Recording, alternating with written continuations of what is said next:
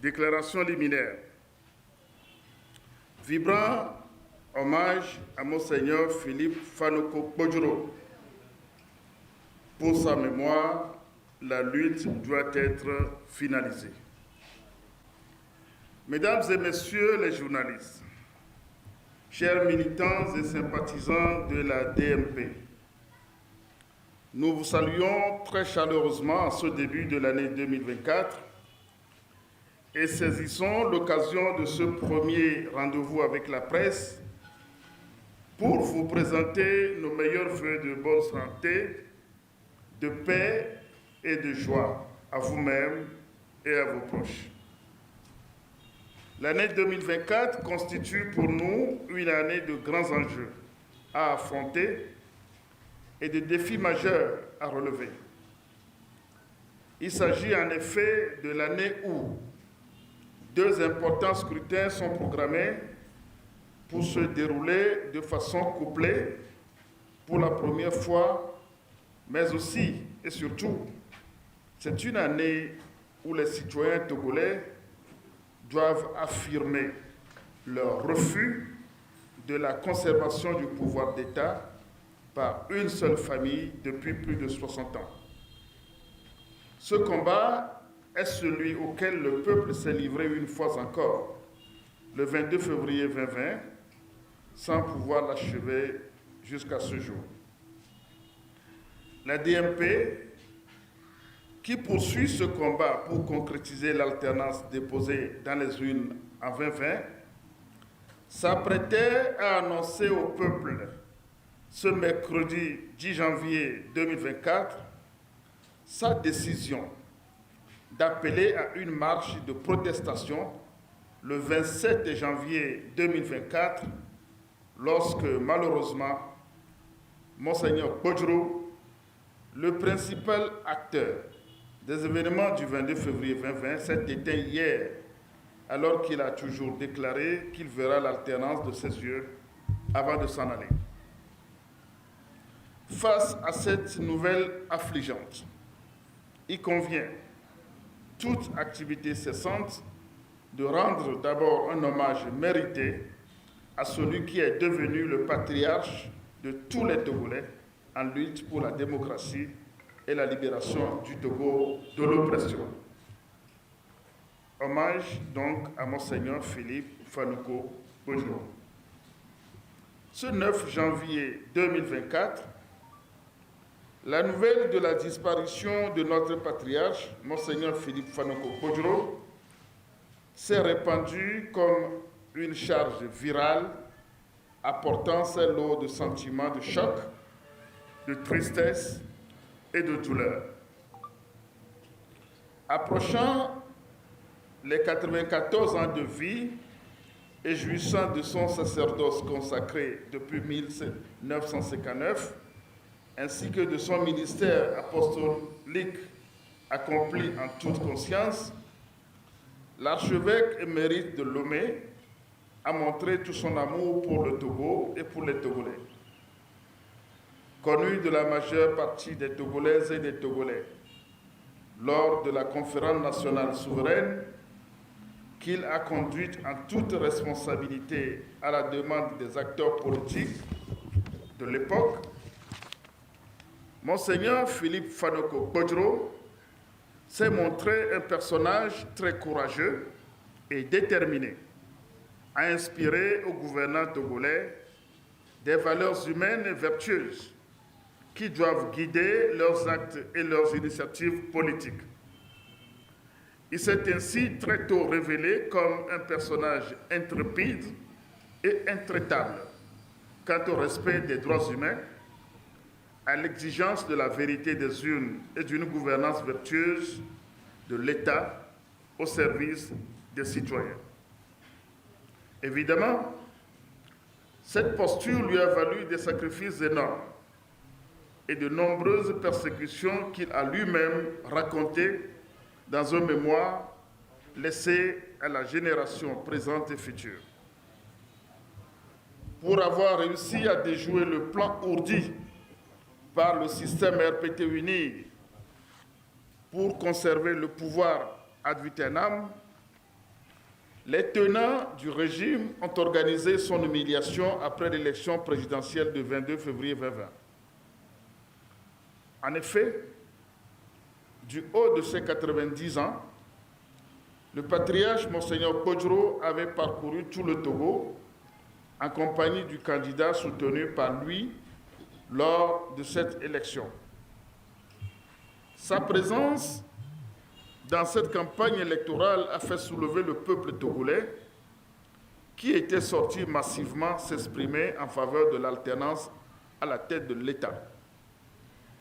Suite à cette prouesse, le gouvernement de Faure Gnassingbé, qui s'est réinstallé par la violence et suite à de multiples coups de force en toute illégitimité, le poussera en exil où il est resté depuis 3 ans. Le patriarche de la nation est mort en exil, les armes à la main. Il est tombé au champ d'honneur, nonobstant les nombreux appels, notamment ceux de la DMP, adressés au régime RPT-UNI pour aider à inventer les moyens appropriés pour son retour sain et sauf, afin qu'il vienne rendre l'âme au Togo sur la terre de nos ancêtres communs. Peine perdue. Et pourtant, le chef de l'État se vante d'être un grand faiseur de paix à travers l'Afrique et un médiateur hors pair qui ramène les prisonniers des autres pays chez eux. Pourquoi est-il si difficile pour lui d'avoir un regard de compassion pour ses propres concitoyens, allant jusqu'à les laisser mourir en exil? Que doit-on retenir de cette disparition du prélat? Le décès du prélat pourrait bien être considéré comme étant dans l'ordre normal des choses. Mais le contexte et les conditions dans lesquelles cela s'est passé en font un grave et bouleversant événement dans la vie politique de notre pays. Doit-on conclure que le régime RPT-UNI est décidé à laisser mourir des valeureux fils et filles du Togo en exil? Il y a lieu de rappeler qu'avant Monseigneur Kodjo, notre compatriote, Feu Bertin Akbar, lui aussi décédé en exil, n'a pu être enterré dans son Togo natal. À qui le tour, parmi les nombreux Togolais contraints à l'exil, pourrait-on se demander? Le sacrifice consenti par le patriarche, mort en martyr, ne doit en aucun cas être inutile. Il doit créer un sursaut pour le rassemblement et la remobilisation de tous les fils et filles épris de liberté et de toutes les forces du changement en vue de continuer le combat pour l'alternance et la libération du Togo de toute oppression. Le départ de notre patriarche vers le Père doit être une opportunité pour tous les Togolais de comprendre le sens élevé de son combat et de son engagement pour la cause du Togo. Monseigneur Kodjo doit être aussi une source d'inspiration pour la jeunesse et tous ceux qui se sentent lassés par cette longue et épuisante lutte contre les impérialistes et leurs valets locaux qui pillent nos ressources naturelles et déshumanisent impunément les Togolais. La DMP salue la mémoire du patriarche Monseigneur Philippe Fanoko Kodjo, son courage et son patriotisme légendaire, et lui réaffirme son engagement à poursuivre le combat à sa suite pour aider à promouvoir la nouvelle indépendance et la souveraineté de notre pays dans le respect de ses vœux qui nous restent si chers. La DMP en appelle à tout le peuple togolais et surtout aux forces politiques dans le pays afin qu'elles se surpassent et se départissent de toute polémique inutile et saisissent l'opportunité de ce deuil qui nous frappe pour nous entendre sur l'essentiel et délivrer ensemble notre pays, le Togo. Face à la gravité de la situation qui prévaut dans notre pays, il est temps de manifester notre mécontentement et de dire non. Le 31 décembre 2023, soit quelques jours avant le décès du patriarche, le mandat de l'actuelle Assemblée nationale est arrivé à terme, conformément aux dispositions de l'alinéa 1 de l'article 52 de la Constitution du Togo. Dans un communiqué rendu public le 25 novembre 2023, le gouvernement, après son Conseil des ministres, a annoncé que le chef de l'État l'a instruit de prendre sans tarder toutes les mesures pour permettre l'organisation des prochaines élections au plus tard à la fin du premier trimestre de l'année 2024, tout en tenant compte de la persistance des défis sécuritaires pour garantir à tout candidat, électeur et citoyen, la sécurité nécessaire sur toute l'étendue du territoire national. Le chef de l'État et son gouvernement auraient dû prendre plus tôt cette responsabilité, pour peu qu'ils aient un minimum d'égard pour les populations dont la tâche citoyenne est de les élire. La précipitation qui s'observe aujourd'hui dans la conduite du processus électoral et qui se dégage du communiqué du Conseil des ministres du 18 décembre 2023, avec l'adoption de plusieurs projets de loi devant régir les prochaines élections, nous révèle que le gouvernement s'est réveillé de son sommeil et veut courir en violant les étapes. En effet, du moment où le chef de l'État et le gouvernement n'ont pas su exercer leurs prérogatives pour organiser les élections dans le délai prescrit par l'alinéa 2 de l'article 52 et qu'ils ne peuvent justifier d'aucun cas de force majeure les en ayant empêchés, ils rendent inopérante le dernier alinéa de l'article 52 qui préconise que les députés sortants restent en place jusqu'à la prise de fonction des nouveaux députés élus.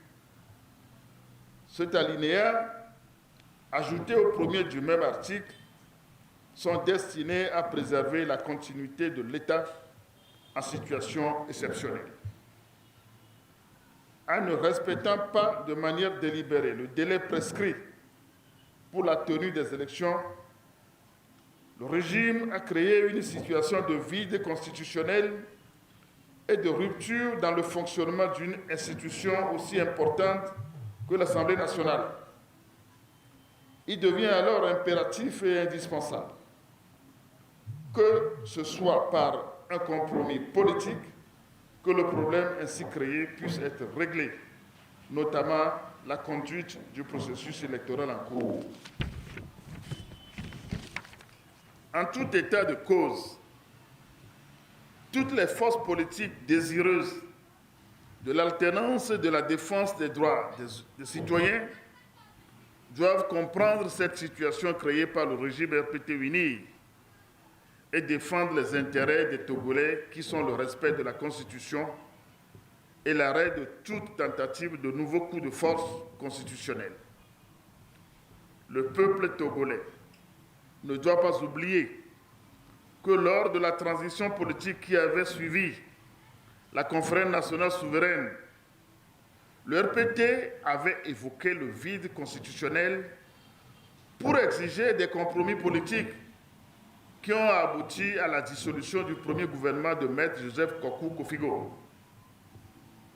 Les mêmes causes devant produire les mêmes effets, la DMP demande au chef de l'État, qui seul détient encore une certaine légalité, d'appeler à des assises pour rechercher un compromis politique avec la classe politique, de libérer les détenus politiques et d'appeler au retour des exilés politiques en toute sécurité en vue de l'apaisement dans notre pays, préalablement à l'organisation des élections en vue. La DMP saisit cette occasion pour féliciter les organisations de la société civile qui ont expliqué dans leur dernier communiqué du 3 juin 2024 la problématique liée au vide constitutionnel avec les conséquences qui s'imposent. La DMP note que le gouvernement a créé ce nouveau problème lié à l'expiration du mandat de l'Assemblée nationale dans un contexte où tous les Togolais, pénalisés par la gouvernance du pays, doivent faire face à la vie chère en constatant dans le même temps que les ressources du pays sont dilapidées telles que le révèlent les affaires des fonds Covid-19 et Petrolgate. Les Togolais sont mécontents et insécurisés par les nombreuses violations des droits de l'homme attestées par l'emprisonnement de plus d'une centaine de Togolais pour leur opinion politique, alors que plus de 120 enseignants syndicalistes sont renvoyés de leurs fonctions. Que dire des incendies des marchés ayant leur source dans les actes criminels ou la négligence des responsables des marchés? C'est pour dire non à toutes ces situations qui montrent que notre pays, le Togo, va mal, que la DMP a adressé un courrier au gouvernement le 4 janvier dernier, l'informant de l'organisation d'une grande marche pacifique le 27 janvier 2024 à partir de 10 h pour protester contre la prorogation illégale et de fait du mandat des députés de l'actuelle Assemblée nationale, contre la violation de l'article 52 de notre Constitution, contre le maintien de la CENI illégale, contre le maintien de la Cour constitutionnelle incomplète et partielle, contre le découpage électoral actuel qui est inique et non équitable, contre le refus d'inscrire une partie des populations sur les listes électorales, contre le licenciement abusif des 120 enseignants syndiqués, contre les incendies répétitifs des marchés du Togo, avec leur lot de misère qu'on impose aux commerçants en général et aux femmes togolaises en particulier, contre le Petrolgate et le Covid-Gate, et enfin contre la vie chère. Les principales revendications pour la marche pacifique du 27 janvier prochain sont les suivants. Le rapatriement du corps du patriarche au Togo et son enterrement dans la dignité. Le retour de tous les exilés politiques au Togo. La libération de tous les prisonniers politiques. Et enfin, l'ouverture des discussions franches et sincères devant aboutir à des compromis politiques pour la refondation de notre République. La DMP invite les populations togolaises, hommes, femmes, jeunes et vieux, de toutes les couches sociales, les organisations de la société civile, ainsi que toute la classe politique désireuse du changement, à la mobilisation pour dire non et enfin sauver la République qui est en danger. L'itinéraire prévu pour la marche du 27 janvier est le suivant. Rond-point Begakpoto, boulevard Malfakassa et le point de chute face à l'église des Assemblées de Dieu de Bekpota. Fait à Lomé le 10 janvier 2024, la conférence des présidents.